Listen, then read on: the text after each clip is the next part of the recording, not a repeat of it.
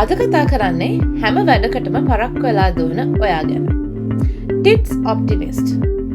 Sweden භාෂාවෙන් ටිට්ස් ඔප්ටිමිස්ට් කියලා කියන්නේ කාලශුභවාදී කියන එකට.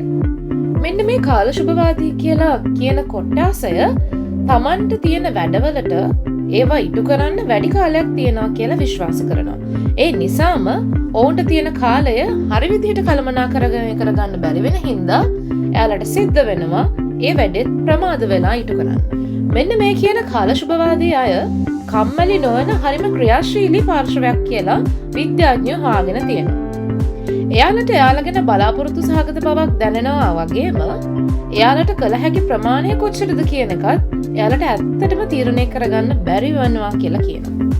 සමහර වෙලාවට මෙයාලට මේ විදිහට තමන්ට කරන්න පුළුවන් මොනවද බැරි මොනවද සහ තමන්ගේ කාර්යයන් වලට කොච්චර කාලයක් යයිද කියන එක ගැන නිවැරදි අවබෝධයක් නොමැති නිසා එයාලා එයාලගේ වැඩ රාජකාරී කරන අතරතුරේම තවත් දේවල් වලට අවධානය යොමු කරලා වැඩ ගොඩක් එකපාර කරන්න උත්සාහ කරනවා.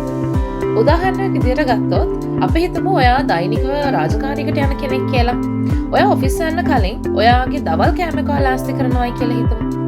උදේ නැගිටපු වෙලේ ඉඳලා ඔයාගේ පෞද්ගලික රාජකාරිය ටික කරලා කෑම යන්න ලෑස්ති වෙච්ච වෙලාවෙම ඔයාට මතක් වෙනවා ඔයා ඇඳුම් අයන් කළා නැහැ කියලා. එතකොට ඔයා ටක් ගාලා උයන ගමන්ම ඇඳුම් අයන් කරන්න යනවා. ඊට පස්සේ ඔයාට මතක් වෙනවා ඔයාගේ හස්බන්ඩ්ගේ හෝ වයිෆ්ගේ නැත්තම් දරුවෝන්ගේ වැඩ ටික හරියාකාරව සිද්ධ කරේ නැහැ කියලා. එතකොට ඔයා පටන් ගන්නවා අන්න ඒවත් ඒත් එක්කම කරන්න.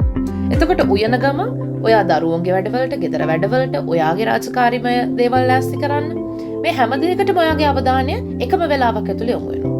මෙන්න මේ වෙලාවේදී ඔයාට තේරෙන්නේ නැහැ ඔයාට වැඩට යන්න කලින් ඉතුරුලා තියෙන කාල සීමාව ඇතුලේ ඔය කියන රාජකාරී ඔක්කොම ටික හරියාකාරව කරගන්න පුළුවන්ද බැයිද කියන එක. මොකද ඔයාට අවබෝධයක් නැහැ ඒ කාර්යයන් වලට යන වෙලාව ඔයාට දැන් වැඩට යන්න කලින් ඉතුරුලා තියෙන වෙලාවත් එක්ක කොච්චර ගැලපෙනවද කියන එක. කාල සුභවාදීන් කියන කොටස ඇතුලේ අපිට දකින්න පුළුවන් ලොකුම ගැටලුව මෙන්න මේකයි. මෙයාලට ඇත්තටම මෙහෙම වෙන්නේ ඇයි කියලා හිතුවොත් මෙයාලා හිතනවා තමන් හිතන පතන විදිහ හරියටම හරි කියන එක. ඒ වගේම එයාලා තමන් ගැන ලොකු ස්වයං තක්සේරුවක ඉන්නවා. කාලය ගැන එයාලට අනවබෝධයක් තියෙනවා කියලාත් පරීක්ෂකයෝ කියනවා. චිත්තවේගික වශයෙන් එයාලට තියෙන අස්ථාවර භාවයේ හින්දා ඒ අවස්ථාවල් වලදී ඒ අයට ඕන වෙන අවශ්‍යතාව වෙනුවෙන් යොමු වෙන එක මේ අය තුළ දකින්න පුළුවන් ලොකු දුර්වලතාවයක්. ඒ කොහොම වුණත් එයාලට තියෙන අධිශුභවාදී චින්තනය හින්දා එයාලා හිතනවා එයාලට තියෙන කාලය කොච්චර කෙටි වුණත් එයාලට තියෙන රාජකාරී ප්‍රමාණය කොච්චර වැඩි වුණත් කොයිතරම් දේවල් එයාට කරන්න සිද්ධ වුණත් එයාගේ තියෙන හැකියාවල් එක්ක ඒ කාලය ඇතුලේ එයාට ඒ දේවල් කළමනාකරණය කරගෙන හරි ඉක්මනට කරගන්න පුළුවන් කියලා. මේ දේවල් වලට බලපාන තවත් සාධකයක් විදිහට ඔවුන් මේ විදිහට හැසිරෙන්න එයාලගේ ජීවිතයේ සමහර ආතතිකාරී සිදුවීම් බලපෑම් කරනවා කියලත් මනෝවිද්‍යාඥවරු කියනවා. ඒ විතරක් නෙවෙයි. එයාලගේ ජීවිතයේ තියෙන අක්‍රමවත් දෛනික සැලසුම් කියන දේවලුත් එයාලට මෙන්න මේ විදිහේ ගැටලු මතු කරන්න හේතු වෙනවා. සාමාන්‍යයෙන් තමන්ගේ වැඩ රාජකාරී පිළිබඳව අවබෝධයෙන් ඉන්න નિયમિત වෙලාවට වැඩ කටයුතු සිද්ධ කරන්න යම්කිසි විදිහක ෂෙඩියුල් එකක් නැත්නම් ලිස්ට් එකක් දෛනික වශයෙන් සැලසුමක් එක්ක ඉන්න කෙනෙක්ට සාපේක්ෂව කාලශුභවාදී කියන කොටස හැමතිස්සෙම try කරන්නේ උත්සාහ කරන්නේ එදිනදා වැඩ එයාට කරන්න තියෙන දේවල් ඒ අවස්ථාවේ කරන එක විතරයි. ඒ කියන්නේ කිසිම දෙයක් එයා කල්තියා සැලසුම් කරන කෙනෙක් නෙමෙයි. කොච්චර උත්සාහ කරත් එයාට මේ දේවල් කල්තියා සැලසුම් කරන්නත් එයාගේ තියෙන කාලය කළමනාකරණය කරගෙන කල්තියා කටයුතු වලට එළඹෙන්නත් එයාට හැකියාවක් නැහැ. මොකද එයා තුළ තියෙන මේ අධිශුභවාදී කියන தত্ত্বය නිසා හැමතිස්සෙම එයා උත්සාහ කරන්නේ අන්තිම තත්පරේ වැඩ කරන්න. සාමාන්‍යයෙන් වැඩවලට යොමු වෙනකොට මෙයාලා හිතනවා අපෝ මට මේ වැඩේ ඉවර කරන්න තව වෙලාව තියෙනවා. නැත්නම් මට තියෙන හැකියාව දක්ෂතා එක්ක මේ වැඩේ ඉවර කරන්න මෙච්චර ලොකු කාලයක් ඕනේ නැහැ කියලා හිතෙන්න පුළුවන්. තවත් වෙලාවකට අයියෝ මට ওই වැඩ ඉවර කරන්න යන්න විනාඩි 5ක් වගේනේ. ඒ නිසා තව වැඩක් මට මේ අතරතුරේ කරන්න පුළුවන්. අන්න ඔය වගේ දේවල් එයාලා නිතර එයාලට තියෙන වැඩත් එක්ක යොමු වෙන්න යනකොට හිතනවා. මෙහෙම හිතන්නේ එයාලා ගැන තියෙන අධි ස්වයං තක්සේරුව හින්දා. ඒ වගේම එයාලා හිතනවා එයාලා හරිම සුභවාදී අය කියලා.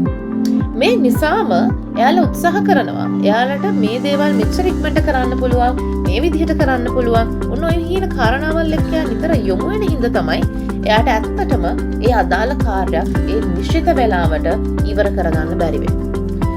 එක්තරා විදිහකට මේ අතිශුභවාදී තත්ත්වයෙන් ජීවත් වෙනවා කියන එක මනුස්සෙක්ව මානසික ආතතිය වෙනුවෙන් යොමු කරනවා කියලාත් අපිට කියන්න පුළුවන්. මොකද තමන් ගැන අදි탁සේරුවෙන් ඉන්න කෙනෙක්ට යථාර්ථයත් එක්ක යොමු වෙන්න තියෙන හැකියාව හරිම අඩුයි. මේ නිසාම ඔවුන්ට යථාර්ථයත් එක්ක මුහු වෙන්න වෙන අවස්ථාවල් වලදී තමන්ගේ තිබුණ අදිශුභවාදී චින්තනය සහ යථාර්ථයේ නොගැලපීම තේරුම් යන නිසා ඔවුන්ව දෛනික ජීවිතය තුළදී විවිධ විදිහෙන් ආතති වලට ලක් වෙනවා. ධනාත්මක චින්තනය අතින් ගත්තහම මේ අදිශුභවාදී චින්තනය කියන එක ඉතා හොඳ දෙයක් කියලා කිව්වත් ඒක අතිශයෝක්තියෙන් සිද්ධ වෙනවා කියන කාරණාව යථාර්ථයත් එක්ක නොගැලපීම නිසා ඇත්තටම කිව්වොත් ඔවුන්ව ආතතිකාරී තත්ත්වයකට පත් වෙනවා විතරක් නෙවෙයි තමන්ගේ දෛනික රාජකාරී ඉෂ්ට කරගන්න බැරි වෙන එකෙන් ඔවුන්ගේ ජීවිතයේ කටයුතු පවා අඩාල වෙන්න පුළුවන්.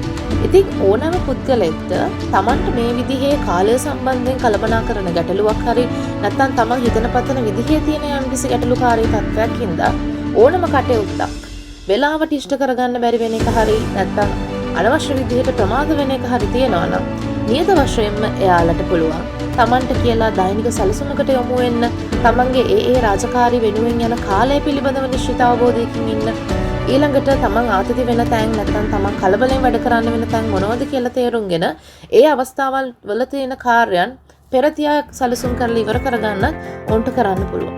මේ වගේ කාරණාවල් එක්ක ගැවසෙනකොට ඔවුන්ට පුළුවන් තමන්ගේ මේ කළමනාකරන අංශයන් එක්ක ඔය කියන කටයුතු වෙනද වගේ වෙලා යන්නේ නැතුව පරක්කු වෙලා වැඩට දුවනවා වගේ දේවල් සිද්ධ වෙන්නේ නැතුව හරිම උද්‍යෝගයෙන් ක්‍රියාශීලීව සතුටින් අතති නොවි තමන්ගේ දෛනික ජීවිතය ගෙවන්න.